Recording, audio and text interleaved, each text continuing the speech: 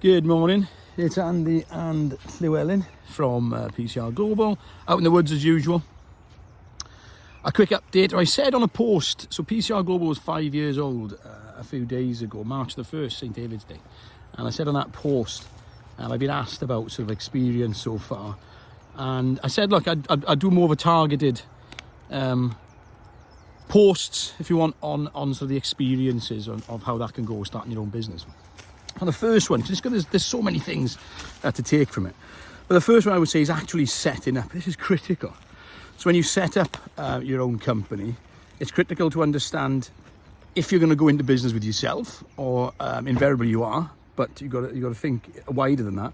And if you're going to go into business with other people, that's probably one of the most important decisions you will make right at the very start, because that can potentially be enduring. So I know a lot of organisations that have small companies, really, really good companies, consultancies especially, have started up with a number of people and then ended up with certain people leaving because they're not comfortable, they're not happy where the company's going, or their life takes them in a different direction. So that's absolutely fine.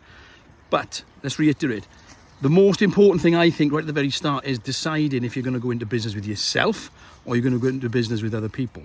If you go into business with yourself, well, it's hopeful that you will know yourself. We don't always know ourselves, of course, but ultimately, if it's just you, there's the trust, isn't it? That's the trust. You can't, if you get something wrong yourself, then realistically, that's down to you guys. So, can you trust yourself? Do you need other people? So some people go into business because they need other people in that business, and that's not a bad thing. That can be a very successful model as well. Of course it can, because you don't have that competence and somebody else has that speciality. And remember, teamwork is about having that individual in an organisation with those specific specialities. But some caution on this, of course, because if you do go into business with somebody else, then ultimately you're in business with somebody else. And if you've got a limited company, then there's the legality that comes with that. I'm not going to go too far into sort of responsibilities and accountabilities at the minute, because this is the first post. It's going to be about 2.5-3 minutes, but that is really choose very carefully right at the start if you're going to go into business with yourself or you're going to go into business with others, because that really has a material effect the further on you go down the line.